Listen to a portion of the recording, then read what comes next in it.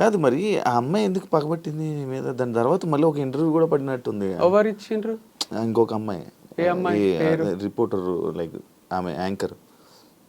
పగేం పట్టలేదు ఇక వాళ్ళకి, ఏదో ఉంటది కదా, అంటే ఏదో ఒక వ్యూస్ కోసం ఇష్యూ ఏం కాలేదు అసలు. అప్పుడు మనం మాట్లాడుకున్నదే, యాంకర్స్ ఎందుకు ఓవర్ ఎగ్జైట్ అవుతున్నారు, వంశీ ఇట్లా తిరుగుతాడా, వంశీ ఇట్లనా అట్లనా అని ఎందుకు అంటున్నారు, వాళ్ళకి ఏమైనా చూసిండ్రా మన దగ్గర నుంచి, ఒకరు చెప్తే నమ్మేస్తారా అని అట్లా అనేసరికి వాళ్ళకు మమ్మల్ని కూడా ఏదో అంటున్నారు అని వాళ్ళు ఇక మళ్ళీ ఇంటర్వ్యూలు చేసుకున్నారు అంతే. అర్పిత అనేది తీసుకుని రావడం జరిగింది రీసెంట్గా. ఆమె నేను అడిగా, లైక్ నేను పర్సనల్గా కూడా అడిగాను, ఆఫ్ కెమెరా అడిగా, ఆన్ కెమెరాలో కూడా అడిగాను. సేమ్ ఆన్సర్, యా కరెక్ట్గా ఉంటాడు వంశీ ఇది అది అని కరెక్ట్గా అని చెప్పింది. బట్ ఆమె ఇంకా ఎక్స్ప్లెనేషన్ కరెక్ట్గా ఇవ్వలేకపోయిందేమో, బట్ అంత కరెక్ట్గా చెప్తుంది, అంత బాగానే ఉండే మా మధ్యలో అసలు ఏ డిస్ప్యూట్ ఏం రాలేదు. నేను ఒకరోజు డబ్బులు లేక చెప్పిన ఇది కూడా, అదే డబ్బులు లేవు అర్పిత నీకు ఇయ్యలేను, ఆపేద్దాం వీడియోస్ అని ఇద్దరికి చెప్పిన, శ్రవంతికి అర్పితకు.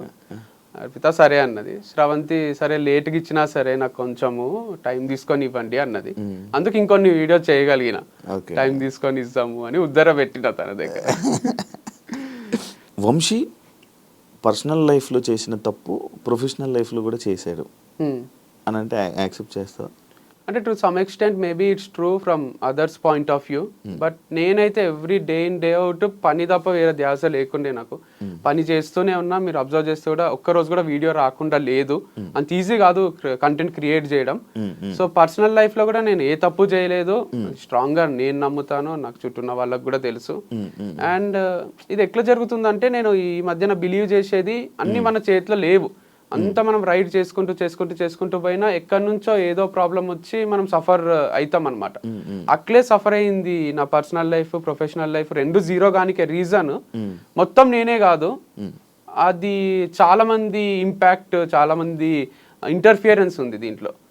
సో చాలా మంది నన్ను ఓన్ చేసేసుకున్నారు. ఎంత ఓన్ చేసుకున్నారు అంటే, ఇప్పుడు నేను తాగొస్తే ఇంటికి నైట్ డాడీ తిట్టిండు అనుకోండి, అది డాడీ వరకే.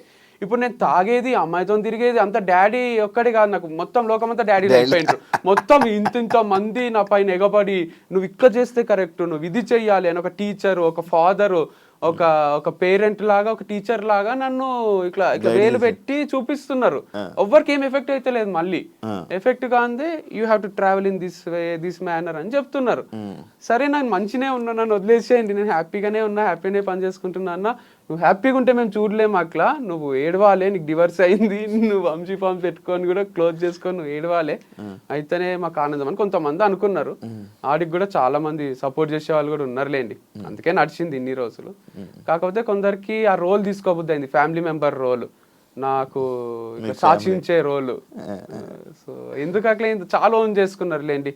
నన్ను బయట కూడా వంశీ గారు అన్నారు, వంశీ సార్ అన్నారు, ఏమన్నారు, హే వంశీ, హాయ్ వంశీ అనే పలకరిస్తారు. వాళ్ళకి రోజు చూసి వాళ్ళు ఇంట్లోనే ఉంటున్నా నేను అన్నట్టు అనిపిస్తుంది అనమాట. వేరే వాళ్ళు షాక్ అవుతారు, మా ఫ్రెండ్స్, నీ ఫ్రెండారా ఆయన, ఏంది వంశీ హాయ్ అంటాడు అంటే, అంతే అందరు అట్లే పలకరిస్తారు ఫామ్కి వచ్చిన వాళ్ళు కూడా. కాదు, ఇంకొక ఈ ఫేమ్తోని వేరే బిజినెస్ ప్లాన్ చేస్తూ చేయడానికి ప్లాన్ చేయడం వల్ల లైక్ ఇది ఆపేస్తున్నావు అని కూడా మైండ్లో.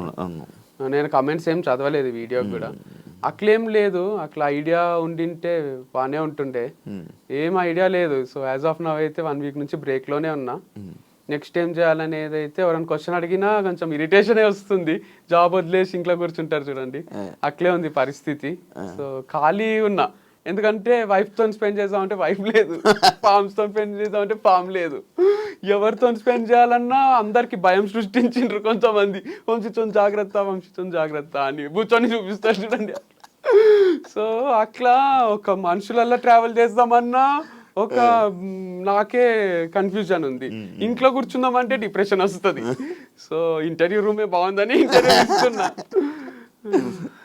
అందరినీ మోటివేట్ చేసే మీరు ఈ విషయంలో లైక్ ఇప్పుడు ఏదైతే మీ లైఫ్లో జరుగుతుందో అందులో ఫెయిల్యూర్ అయ్యారు, దీన్ని మీరు ఏం చెప్పాలనుకుంటున్నారు? దీంట్లో గ్రేట్ లైఫ్ లెసన్ ఉంది. నాకే కాదు, నా గురించి మాట్లాడిన వాళ్ళకి అందరిది ఒక చాప్టర్ లాగా తీసుకుంటే ఇంతకన్నా మోటివేషన్ ఒకటి ఉండదు. అంటే చెప్పాల్సిన అవసరం లేని మోటివేషన్ ఒక పర్సన్ హైలో స్టార్ట్ అయ్యిండు, మ్యారేజ్ వీడియోస్, మ్యారేజ్ అవి ఫుల్ వ్యూస్ వస్తుండే, మా ఫోటోలకు ఫుల్ లైక్స్ వస్తుండే. తర్వాత డివర్స్ అయినాక నువ్వు వేస్ట్ గా నువ్వు అది ఇది హీరోలా చూసిన వాళ్ళే జీరోలా చూసిండ్రు. మళ్ళీ ప్రొఫెషనల్ గా కూడా అందరు హీరోలా చూసిండ్రు, లాస్ట్కి జీరోలా చూసిండ్రు. నేను ప్రొఫెషనల్ గా జీరో అయితే సెలబ్రేట్ చేసుకుందాం అనుకునే వాళ్ళు కూడా బాధపడ్డారు. మీరు కమెంట్స్ లో నాకు మా అన్న ఒకటి రెండు చెప్పిండు, నన్ను బాగా నెగిటివ్ చేసి నన్ను వీడు నాశనం అయిపోవాలి, వీడు అమ్మాయిలతో తిరుగుతుండు అది ఇది అనుకున్న వాళ్ళు కూడా అరే మా వల్లనే ఏమన్నా క్లోజ్ అయిందా అని బాధపడుతున్నారు. అంటే దీంట్లో ఏముందంటే లెసన్, ఒక ఎంపైర్ కూలిపోవాలంటే వాళ్ళే తప్పు చేయాల్సిన అవసరం లేదు, చుట్టూన్న వాళ్ళ తప్పుల వల్ల కూడా దాన్ని కూల్చేయొచ్చు. వెన్నుపోటు అంటారు కదా, సో ఇది ఒక పెద్ద వెన్నుపోటు లాంటిది. ఇది నన్ను నేను ఊరేసుకొని చచ్చిపోలే, నేను వెనుక నుంచి వచ్చి కుచ్చి చంపినట్టు ఇది. సో నన్ను ఏం చేయలేక నా ఫార్మ్స్ ని చేసేసిండ్రు అని, అది కూడా హార్ట్ బ్రేకే. అంటే చాలా చాలా సెన్సిటివే ఇది, ఎందుకంటే లక్షల అప్పు ఉంది, అంటే చాలా అప్పు ఉంది. వాళ్ళందరూ అడుగుతున్నారు, వాళ్ళకి ఏం చెప్పాలో అర్థం కాదు, టైం తీసుకుంటున్నా. అండ్ దాంతోపాటు నెక్స్ట్ ఇన్కమ్ సోర్స్ ఏది లేదు నాకు, అందుకే ఇంత బాధపడుతున్నారేమో పేరెంట్స్ కూడా. అండ్ నా ప్లేస్లు ఉంటే వేరే వాళ్ళు సూసైడ్ చేసుకునే ఛాన్సెస్ ఎక్కువనే ఉండే. నేను బయటికి నవ్వుతున్నా కానీ చాలా సఫకేటింగే ఉంది. నేను ఎట్లా ఓవర్కమ్ చేసి బతకాలి కాబట్టి, ఇంకా ఫ్యూచర్ ఉంటది కాబట్టి, ఆ పాట ఉంటది కదా కేర్ ఆఫ్ కంచెరపాలెంలో, రేపే టౌన్ చూడాలంటే నీవునికి ఉండాలి గాని, సో రేపేం అవుతుందో చూడాలంటే మనం ఉండాలి కదా. అందుకు గుండె ధైర్యం ఒక్కటి ఉంది, ఇంకేం లేదు నా దగ్గర. అసలు ఆస్తులు కూడా లేవు, ఆస్తులు అని ఉంటే ఒక 2 ఎకరాలు అమ్మేసి అందరికి తీర్చేస్తుంటాయి అని, ₹1 ఆస్తి లేదు, అప్పులు తప్ప ఏం లేవు. దాంతో పాటు నెగటివిటీ కూడా ఉంది. అవును, మరి ఈ నెగటివిటీతో మళ్ళీ వేరే బిజినెస్ చేయలేదు కదా, ఒకవేళ ఇది చేసినా కూడా మళ్ళీ అదే నెగటివిటీ స్టార్ట్. అంటే కంప్లీట్ లేదు కదా, 100 లేదు, 50-50 ఉంది.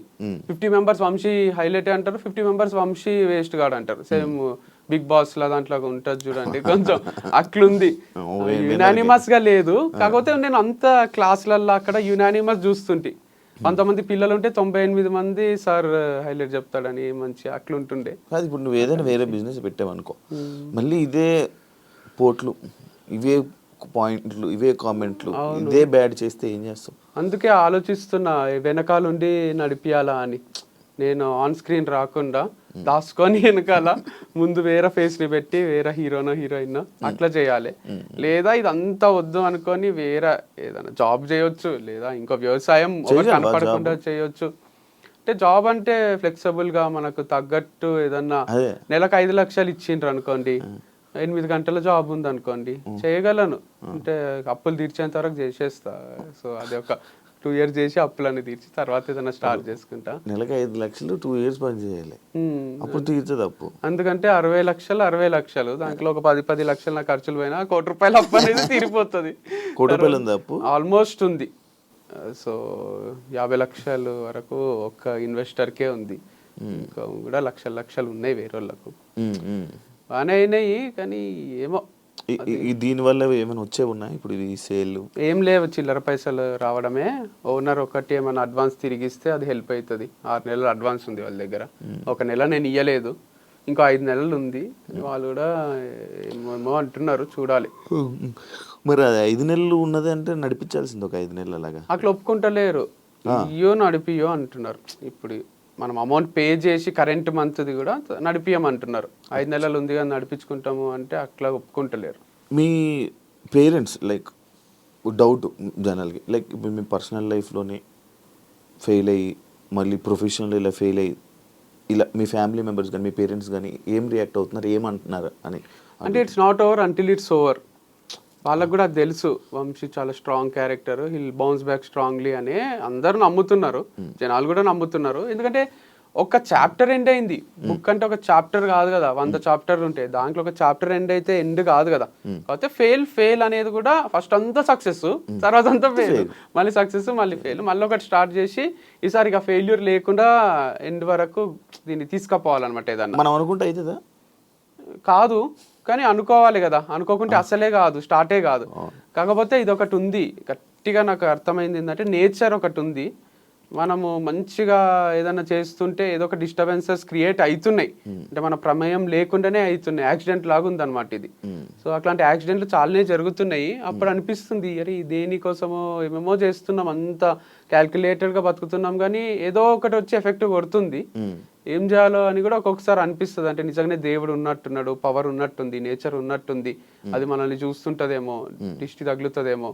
అందరూ మొన్న ఒకసారి సాంగి టెంపుల్ పోతే నాకు అసలు వీటిపైన పెద్ద నమ్మకం ఉండకుండే చిలక జ్యోతిష్యం చెప్తారు కదా, ఆయన అది కార్డు తీసి చిలక జ్యోతిష్యం చెప్తున్నాడు. చూసి నాకు పెళ్ళైన విషయం చెప్తున్నాడు, నాకు డివర్స్ అయిన విషయం చెప్తున్నాడు, మీకు మళ్ళీ 2సారి పెళ్ళి అవుతుంది అంటున్నాడు. చాలా ఒకసారి అని అందం అనుకున్నా, వీడియో చూసి చెప్పాడు అదే అనుకున్నా ఫ్యాన్. కానీ ఆయన అసలు చాలా ఏజ్డ్ పర్సన్ ఉన్నాడు, ఆయన ఏం గుర్తుపట్టినట్టు లేడు, వెరైటీ ఉన్నట్లేండి. ఆయన ఫ్యాన్ అయితే అర్థమైపోతుండే.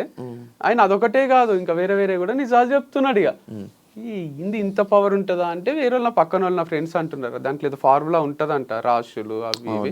సరే అది పోని మహాబలేశ్వర్ పోయినా, ఆడ చెయ్యి చూసి ఆయన నాకు ఎవరి వల్ల ప్రాబ్లమ్స్ వస్తాయి, ఏమైతుంది, నీ దగ్గర అందరు డబ్బులు ఉన్నాయి అనుకుంటారు కానీ నీ దగ్గర లేవు అని north Indian palmist same Prabhas లాగా చెయ్యి చూసి మొత్తం చెప్తున్నాడు. ఇట్లా కళ్ళ కట్టినట్టు నువ్వు మనసులో ఒక నంబర్ అనుకో, నువ్వు మీ అమ్మ పేరు అనుకో, ఏ నంబర్ అనుకున్నావు నేను చెప్తా అని నేను మనసులో అనుకున్న నంబర్ అయినా బయటికి చెప్తున్నాడు.